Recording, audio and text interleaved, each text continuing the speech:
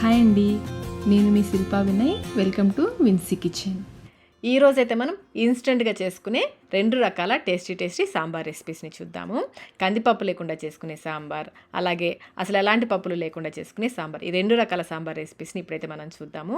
చిన్న టిఫిన్ సెంటర్స్లో, road side tiffin సెంటర్స్లో అయితే ఇలాంటి సాంబారే ఎక్కువగా చేస్తుంటారు. టేస్ట్ అయితే చాలా బాగుంటాయండి. ప్రాసెస్ కూడా చాలా ఈజీగా ఉంటుంది. ముందైతే మనం కందిపప్పు లేకుండా చేసుకునే సాంబార్ రెసిపీని చూద్దాము.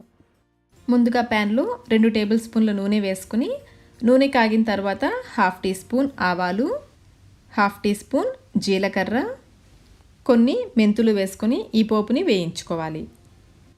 పోపు వేగిన తర్వాత 2 పచ్చిమిర్చిని ఇలా పొడవుగా కట్ చేసి వేసుకోండి. అలాగే 2 పెద్ద ఉల్లిపాయలని సన్నగా పొడవుగా కట్ చేసుకుని ఈ విధంగా విడివిడిగా చేసి వేసుకోండి. అలాగే కొంచెం కరివేపాకు కూడా వేసుకుని వేయించుకోవాలి.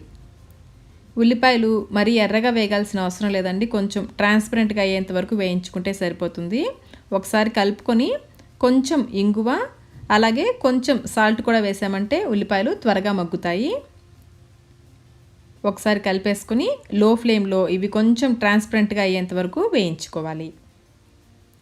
చూడండి, ఇలా వేగితే సరిపోతుంది. మరి ఎర్రగా వేగాల్సిన అవసరం లేదు. ఇప్పుడు ఇందులో 2 పెద్ద టమాటోల్ని కొంచెం పెద్ద ముక్కలుగా కట్ చేసుకొని వేసుకోవాలి. వీటిని కూడా ఒకసారి కలిపేసుకొని మూత పెట్టేసి లో ఫ్లేమ్లో ఈ టమాటో కొంచెం మెత్తబడేంత వరకు ఉడికించుకోవాలి. టమాటో ఉడికేలోపు మిక్సీ జార్లో 1/2 కప్పు పచ్చి కొబ్బరి ముక్కలు, పచ్చి కొబ్బరి లేకపోతే 1/2 కప్పు ఎండు కొబ్బరి ముక్కలు వేసుకోవచ్చు. అలాగే 1/2 కప్పు పుట్నాలు కూడా వేసుకోవాలి. తగినన్ని నీళ్లు పోసి వీలైనంత మెత్తగా గ్రైండ్ చేసుకోవాలి. చూడండి, ఈ విధంగా బాగా మెత్తగా గ్రైండ్ చేసుకుని ఈ పేస్ట్ని పక్కన పెట్టేసుకోండి.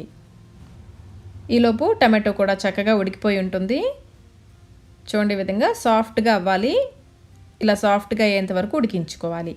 ఇప్పుడు ఇందులో 1/2 టీ స్పూన్ పసుపు, రుచికి సరిపడినంత కారం, 1 టీ స్పూన్ సాంబార్ పొడి, అలాగే రుచికి సరిపడినంత ఉప్పు వేసుకొని కలుపుకోవాలి.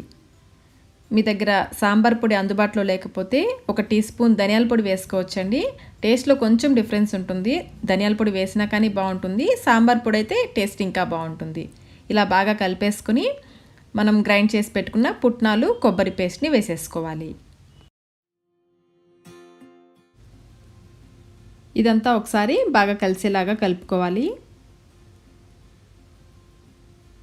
ఈ పేస్ట్ అంతా కూడా పచ్చిదనం తగ్గేంత వరకు మళ్ళీ మూత పెట్టేసి లో ఫ్లేమ్లోనే ఉడికించుకోవాలి. అడుగు పట్టుకోకుండా మధ్యలో కలుపుకుంటూ ఉండాలండి. చూడండి, ఈ విధంగా పచ్చిదనం తగ్గేంత వరకు ఉడికించుకోవాలి. ఇప్పుడు ఇందులో 3 కప్పుల నీళ్లు పోసుకోవాలి.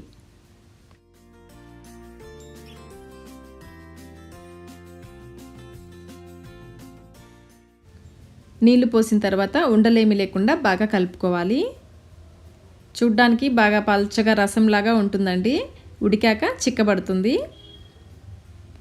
ఇలా కలిపేసుకొని ఉండలు లేకుండా బాగా కలిపేసుకొని మూత పెట్టేసి లో టు మీడియం ఫ్లేమ్లో 10 నిమిషాల పాటు బాగా ఉడికించుకోవాలి. మూత పెట్టాం కదండి, సాంబార్ పొంగిపోతుంది, గమనించుకుంటూ ఉండాలి. చూసారా, కొంచెం చిక్కబడింది. ఇప్పుడు ఇందులో 1 టీ స్పూన్ సాంబార్ పొడి వేసుకొని కలుపుకోవాలి. సాంబార్ పొడి వేసి కలిపాక టేస్ట్ ఒకసారి చెక్ చేసుకోండి. ఉప్పు, కారం తగ్గితే వేసి కలుపుకోండి.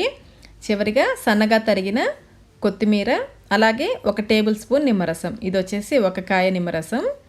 మీరు నిమ్మరసం వద్దనుకుంటే ఉడికేటప్పుడే కొంచెం చింతపండు గుజ్జు వేసుకోవచ్చు.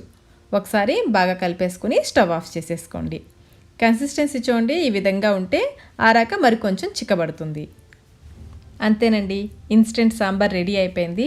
వేడివేడిగా కంటే కూడా 10 నిమిషాలు ఆగి సర్వ్ చేసుకోండి. టేస్ట్ ఇంకా బాగుంటుంది. చూసారు కదా, ఇన్స్టెంట్గా చేసుకునే సాంబార్ రెసిపీ. పప్పు ఉడికించే పని లేదు.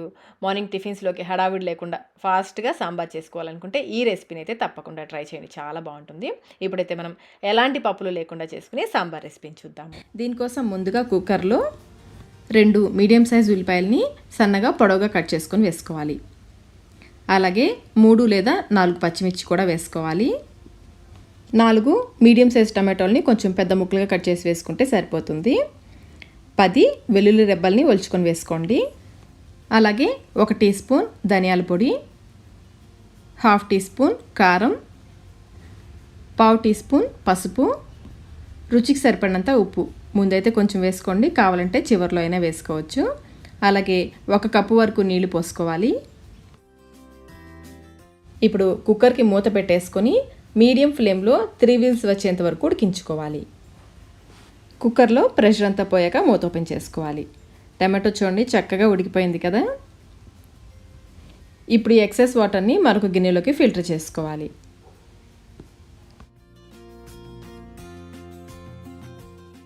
ఫిల్టర్ చేసుకున్న నీళ్లు పక్కన పెట్టేసుకొని ఈ ఉల్లిపాయ, టమాటో, పచ్చిమిర్చి వీటిని పూర్తిగా చల్లారనివ్వాలి. ఇవి పూర్తిగా చల్లారిన తర్వాత మిక్సీ జార్లోకి వేసుకొని బాగా మెత్తగా గ్రైండ్ చేసుకోవాలి. చూడండి ఈ విధంగా బాగా మెత్తగా గ్రైండ్ చేసుకుని పక్కన పెట్టేసుకోండి. ఇప్పుడు ప్యాన్లో 2 టేబుల్ స్పూన్ల నూనె వేసుకోవాలి. నూనె కాగిన తర్వాత 1/2 టీ స్పూన్ ఆవాలు, 1/2 టీ స్పూన్ జీలకర్ర, 7-8 వెల్లుల్లి రెబ్బల్ని దంచి వేసుకోండి. 3 లేదా 4 ఎండుమిర్చిని కూడా తుంపి వేసుకొని బాగా వేయించుకోవాలి. ఇవి బాగా వేగిన తర్వాత ఒక గుప్పెడు కరివేపాకుని వేసుకోవాలి. ఇవి కూడా బాగా వేయించుకోవాలి. నేను ఇంగు వేయడం మర్చిపోయానండి, మీరైతే ఇంగు వేసుకోండి. ఇంగు వేయడం వల్ల మంచి టేస్ట్ వస్తుంది. ఇవి బాగా వేగిన తర్వాత మనం గ్రైండ్ చేసుకున్న పేస్ట్ని వేసుకోవాలి.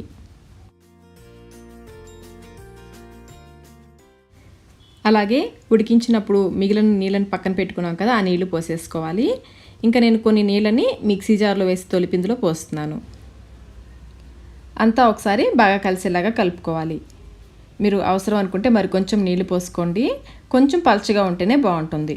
ఈ విధంగా పల్చగా కలుపుకొని 2 నిమిషాల పాటు మీడియం ఫ్లేమ్లో ఉడికించుకోవాలి. ఇది ఉడికేలోపు ఒక గిన్నెలో 2 స్పూన్ల శనగపిండి వేసుకోవాలి. స్పూన్కి నిండుగా 2 స్పూన్లు వేసుకోండి.